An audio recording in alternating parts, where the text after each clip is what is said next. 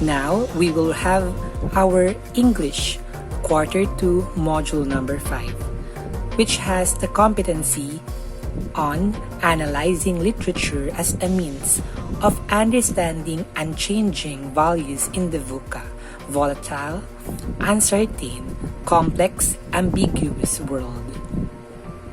So we will proceed to page number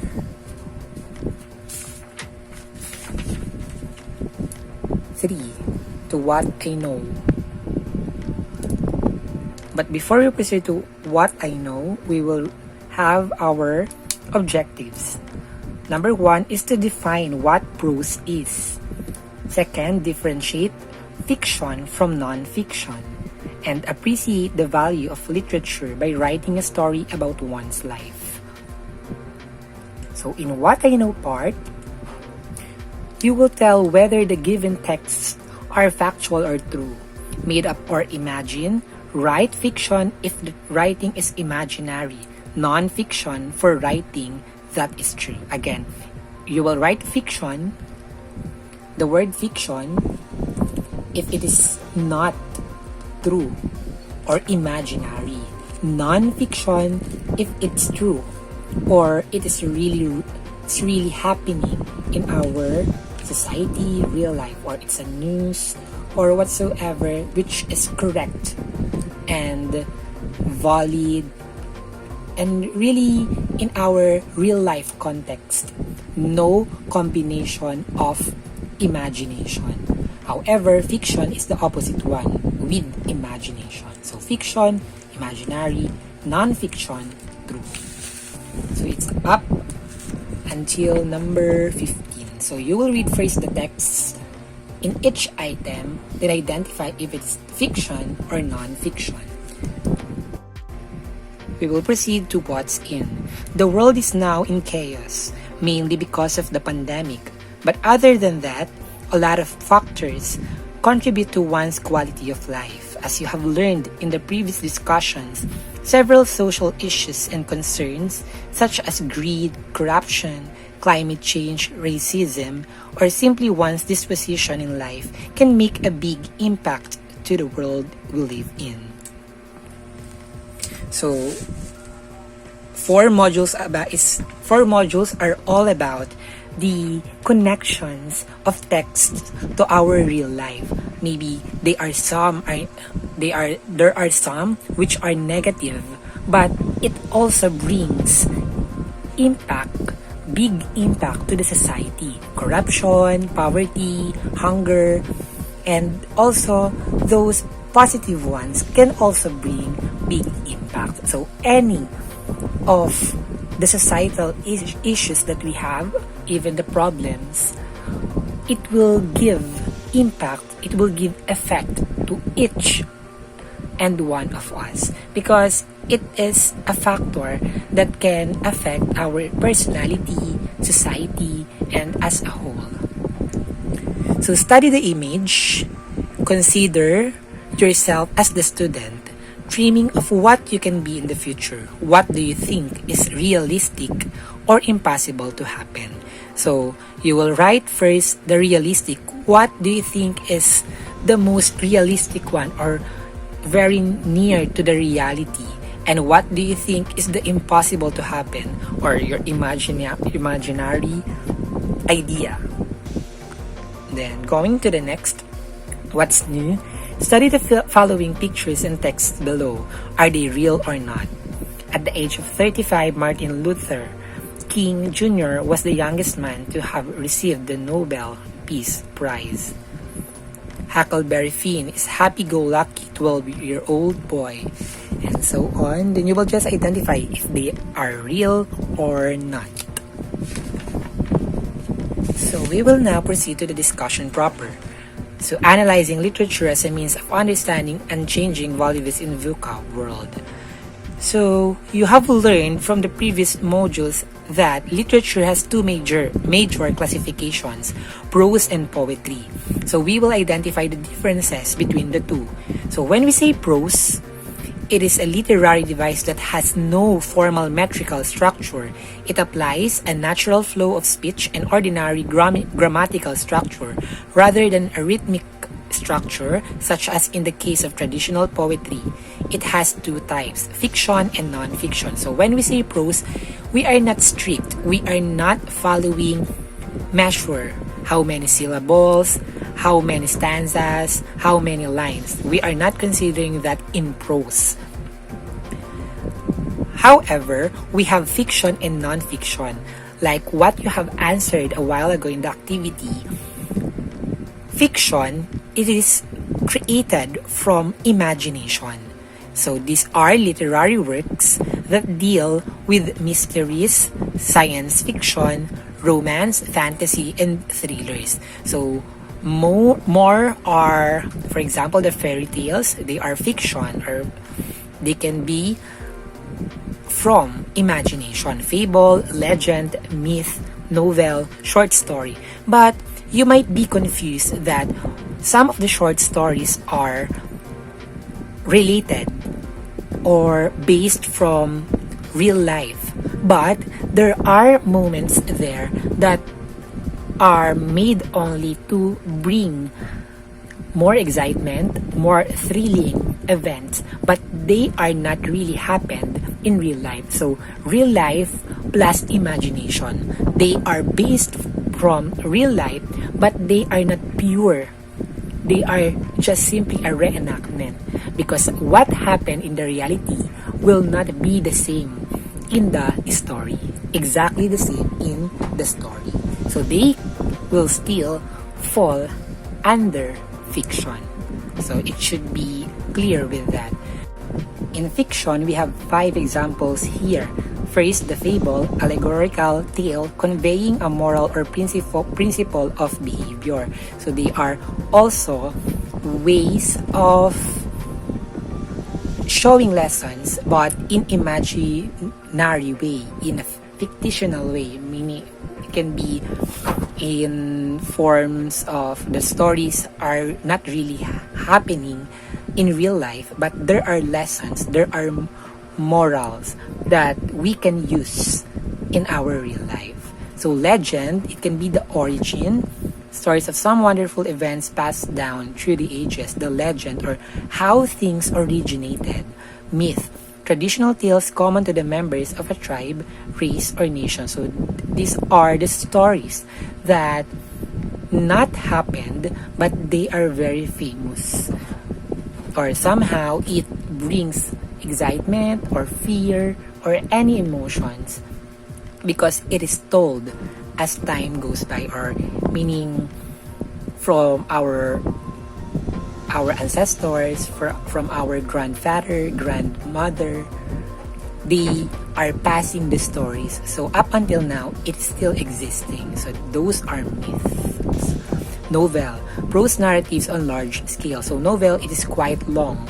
It is in a booklet form because there are many events, there are many situations happened in a story, so it is very long. So it is different from a short story, because a short story is from the word itself short, meaning it is shorter than a novel, but it has a story. It has the only difference between novel and short story. It is a prose narrative of limited length, meaning it is not that long as novel. So short story, it can be long but in minimal pages only, but novel, there are many pages. So proceeding to non-fiction, again, when we say fiction, imaginary or from imagination, but it can be based from real life but associated with imagination. If there's imagination, even a small amount of imagination, it still fall under fiction, because non-fiction, it is pure fact. So it refers to literature based on facts, written materials concerning business, cooking, health, history, and the like are examples of non-fictional works. There are various types of prose non-fiction. Below are some of its type. So we have anecdote. It is a brief story or event which may be unusual, humorous, and interesting. Brief story, but in real life. Biography, it is a written story about a person's life. So it's a biography, meaning, for example, I will write a story of my student. That's a biography. A story of other people.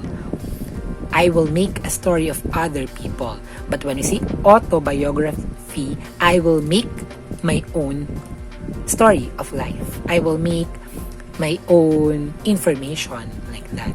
So that's the big difference between biography and autobiography. They are both about particular person. But if that particular person wrote about himself, about herself, it is autobiography. But when we say biography, it is someone wrote something for a particular person, but not about himself, not about herself. So when we say essay, it is a short literary composition dealing with a single subject. But remember, non-fiction, reality. So if you will make an essay which will deal about a real event, real issue, it will fall non-fiction. But if you will make an essay which is about your imagination, so it will fall fiction. But non-fiction, it should be pure fact. Next will be aphorism. It's a short saying or statement that provides wisdom in a witty way. For example, all for one, one for all. So it is common that we are using that sometimes it has a hidden message that is very useful to our real life, which is true. So autobiography, we are done with that. Journal is a scientific paper that provides theoretical information and is supported by facts and evidences. So journal, they are observing or maybe professional or observing things, and they will provide facts and evidence that to prove that their claim rather are factual and correct. So literary criticism, a narrative that judges and comments on qualities and attributes of literary work. So when we say literary criticism, it is judging, evaluating a literary. For example, you wrote an essay, then I will make a literary criticism on how I interpreted, what I can say, or what I observed in your essay, in your text. So diary is a compilation of one's experiences. So when we say diary, compilation of your experiences. So meaning it happened. You will not write in diary what not happened. For example, you will write your experiences in school, experiences in church, experiences in mall, like that. What happened already in your life. So you can go back and, for example, after years, you will read your diary. Oh, these are the things happened to me during that day, during blah blah blah. So that's diary, only what happened.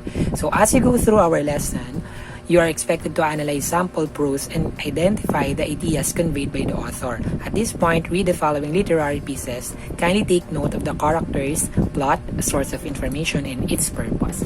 So the lottery, an excerpt. When you say excerpt, a part only, it's not the whole or the entire one. So you will read that. And also the introduction of the Philippine culture. So again, what will you have? Analyze sample prose and identifies the ideas conveyed by the author.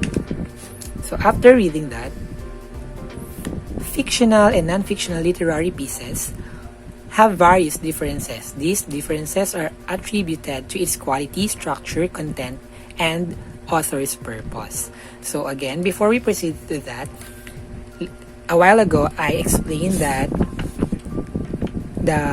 literature has two major classifications, prose and the poetry.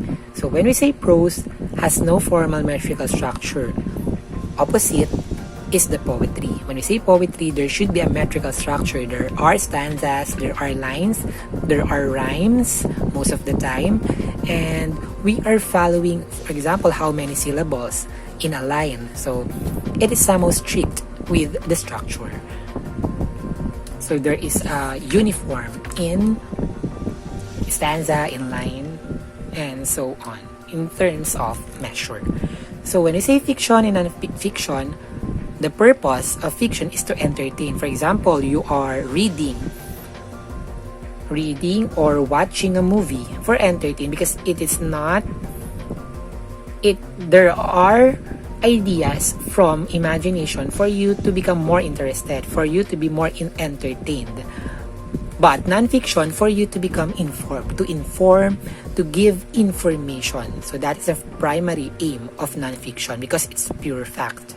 Characterization, not limited to human beings and current issues, may include talking animals, mythical creatures, and other out-of-this-world ideas. So when you say characterization in fiction, because it's based on imaginary, you can also put characters which are not existing, which are only existing in our minds, but not in our world.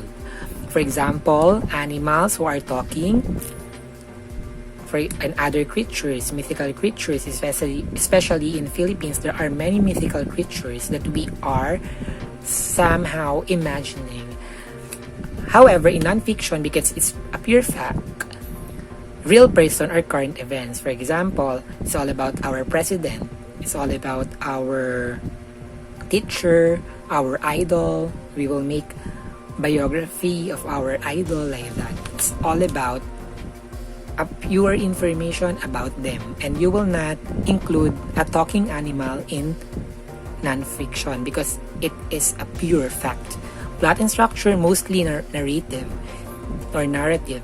Illustrations may be used to enhance imaginary effects. So you are telling a story because you are combining imagination to your information.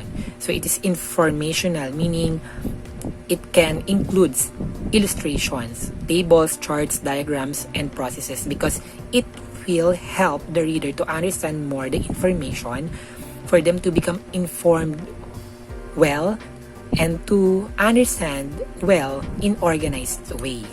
So theme, imaginative, meaning not true, and this is factual. So they are somehow opposite from one another. So I hope it is clear. And if you have questions, you may have private message to your teacher. So we will proceed to what's more. Identify activity 1. Group the characters, titles, and types of writings in 2 logical groups. So there are examples of non-fiction and fiction, and you will categorize them into fiction and non-fiction. Fiction with imagination, even though it's based from real life, if it is combined with imagination, still it will fall under fiction.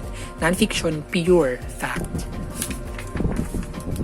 Independent assessment number 1. Sort the characters and events to the appropriate column. So Taal volcano, Mulan, then I think it's Korean image taken from Netflix, Mark Zuckerberg, coronavirus 2019. So you will sort them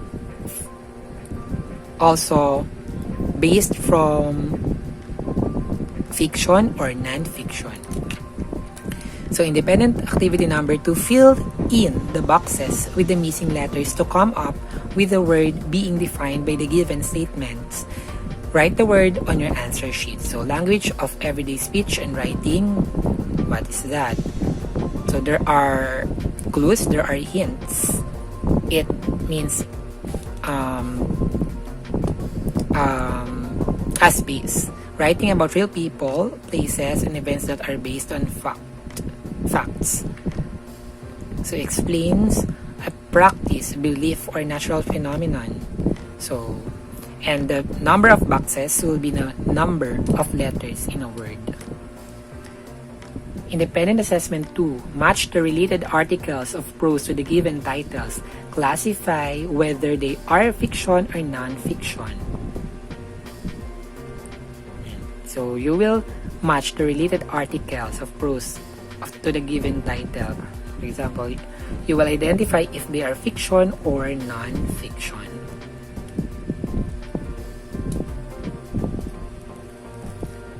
Also this one.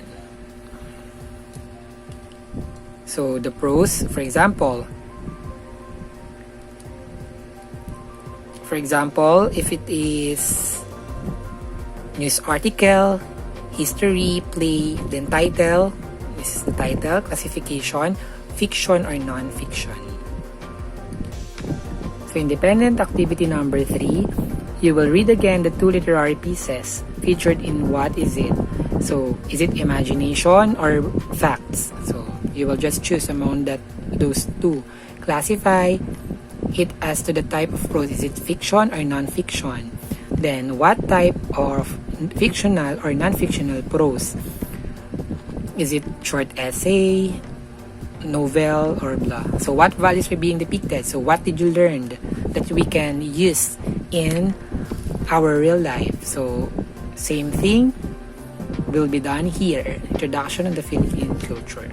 So independent assessment 3, compare and contrast the 2 literary pieces featured in what is it as to its type, theme, and purpose. So the first column will be the lottery. This will be the introduction on the Filipino culture. So what is the theme? What is the purpose? So you can base that here. Like what we have here, the purpose and the theme. And what I have learned. Complete the statements below by writing down what you have learned from the topic discussed. In this module, I learned that the literature is blank. It has 3 classifications. These are blank, blank, and blank. Prose defined as blank. It can be classified into blank, which are based from facts, and blank, which are based from author's imagination. Going to the next, what I can do. We are shaped and molded by our experiences. So you will choose one most influential person which is very inspiring. For example, your idol who overcame many problems in his or her life in VUCA world, meaning volatile, uncertain, complex, ambiguous. When you say ambiguous, not clear, meaning even though they are having many problems, that their life seemed difficult and almost they were giving up, but they chose to continue and they became successful. So you will make an essay about them or about him, about her, only one. And you will be guided by this rubric: content, organization, mechanics, integration of values. So accurate content, very well developed or connected, organization, main topic, and provides an overview, presented in logical order, and the conclusion is strong, meaning from the beginning until the end, they are related, they are connected well. Mechanics, no spelling, punctuation, or grammatical errors. Integration of values, the VUCA. Then the assessment, it's 1 to 15. You will identify if it's fictional or non-fictional prose. When you say fictional, based on image or with imagination, it can be based from reality, but if there is imagination, even a small amount of imagination, it will still fall under fictional. Non-fictional, pure fact. So additional activity, do not forget to answer this because it is a part of your performance task which has the highest percentage of your grade, 60% of your grade. So write a story or an essay about you and how you deal with challenges in this VUCA world.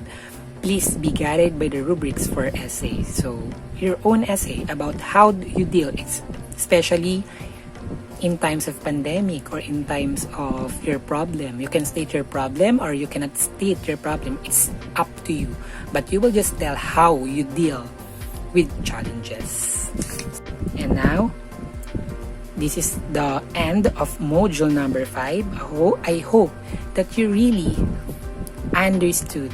From modules 1 to 4, it's all about connecting the text to real life, and module number 5 is about how we will adapt to VUCA world even though we are struggling even though in real life, it is not that easy to live. There are many challenges, there are many obstacles, but here we are. Always keep on fighting, keep on believing, keep on dreaming, because someday we will achieve our dreams. So always keep safe, because by keeping yourself safe now, we will secure our future. Goodbye and thank you.